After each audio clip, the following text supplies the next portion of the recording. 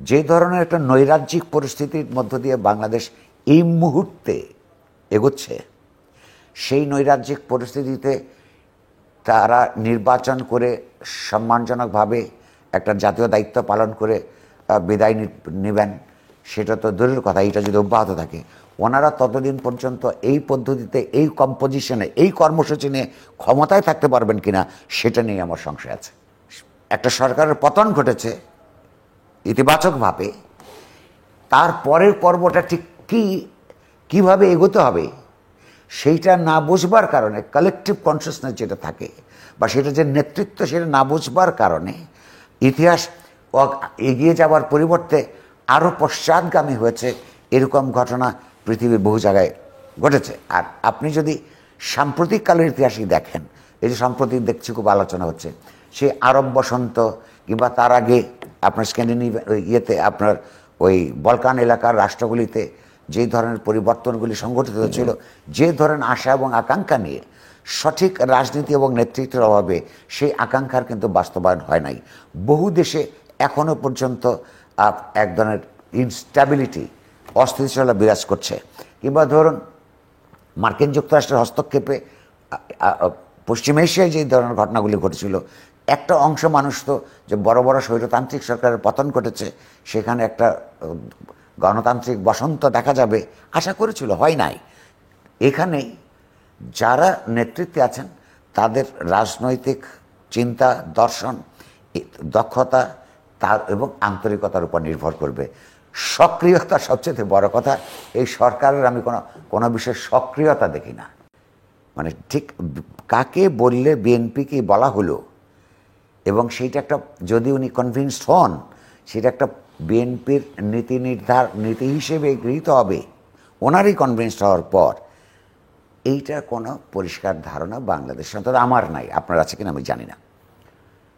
দ্বিতীয়ত হচ্ছে যে বিএনপির দিক থেকে একটা জটিলতা আমরা বুঝি।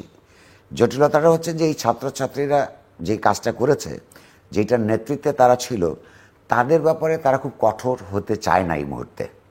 অথচ তারা বুঝতে পারছে যে তাদের কার্যকলাপ, কিছু কিছু কার্যকলাপ বিএনপির নিজের স্বার্থের বিরুদ্ধে যাচ্ছে এবং এই একটা কনফ্রন্টেশনাল অবস্থা তৈরি হচ্ছে।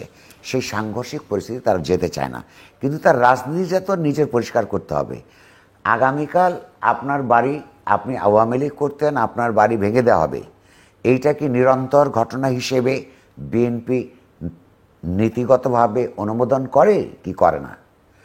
এইটা সরকারকে তো বকা দেওয়া যায় যে সরকার স্থির দাঁড়িয়েছিল, কোনো পক্ষ নেয় নাই কিংবা আশকারা দিয়েছে, কথা সত্য।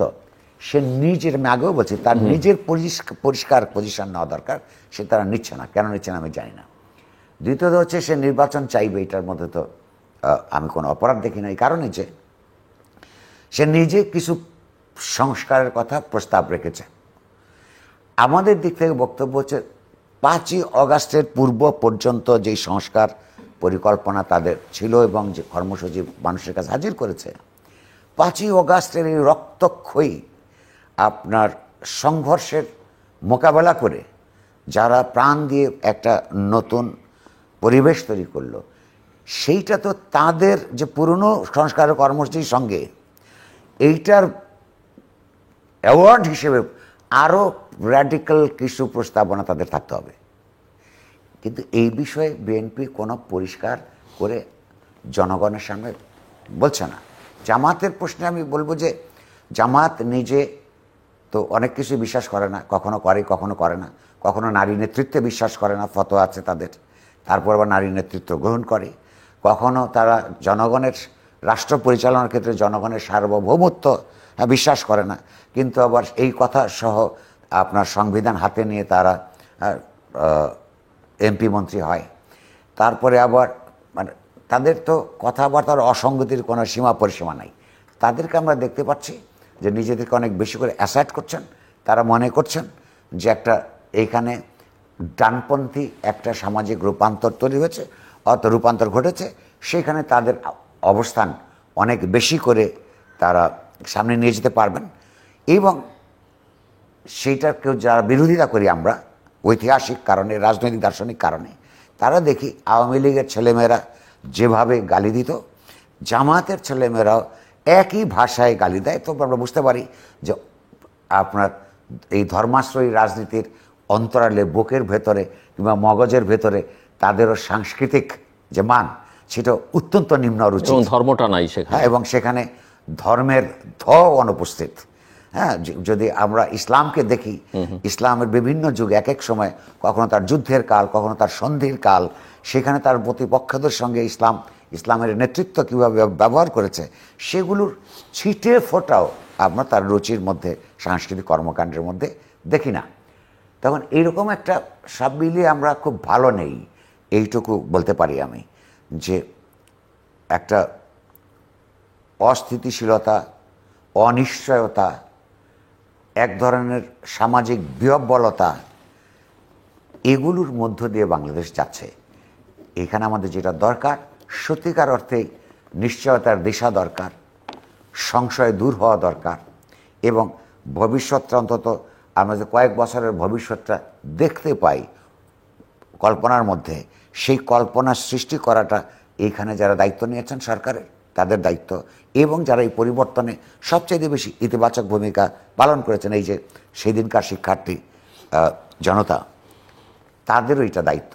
তারা আমাদেরকে ভয় না দেখিয়ে আমাদেরকে ভরসা দেওয়ার কথা, তারা আমাদেরকে হুমকি না দিয়ে আমাদেরকে আপনার প্রতিজ্ঞা, প্রতিশ্রুতি, এগুলো বাস্তবায়নের পথ কি সে বিষয়ে সন্ধান দেওয়ার কথা। এর আগের সরকারগুলো যারা তত্ত্বাবধায়ক সরকার হিসেবে কাজ করতো, তার 3 মাসের মধ্যেই একটা নির্বাচন করতে পারত, এবং প্রথম দিকে কয়েকটা তো সেগুলো নানা বিতর্ক থাকলেও এই দেশের মানুষের কাছে সাধারণভাবে অ্যাকসেপ্টেবল ছিল। এরা সেই দিক থেকে এখনো পর্যন্ত ডিসেম্বরে করলে 6 মাসের টাইম আছে, তো 3 মাসের থেকে ডাবল সময় আছে। তো এখন থেকে যদি তারা নির্বাচনের প্রস্তুতি গ্রহণ করে, তো এখন থেকে তাদের যে লক্ষ্য সেটা হয়, সেটা করতে পারবেন বলে বা করতে পারা উচিত বলে আমি মনে করি। সে অর্থে আমরা দেখি নির্বাচন। বাট এই যে একটা নিষ্ক্রিয়তা দিয়ে, সিদ্ধান্তহীনতা দিয়ে, বিহ্বলতা দিয়ে কোনো জনগোষ্ঠী, কোনো রাষ্ট্র, কোনো সমাজ, এমনকি একটা পরিবার এগোতে পারে না।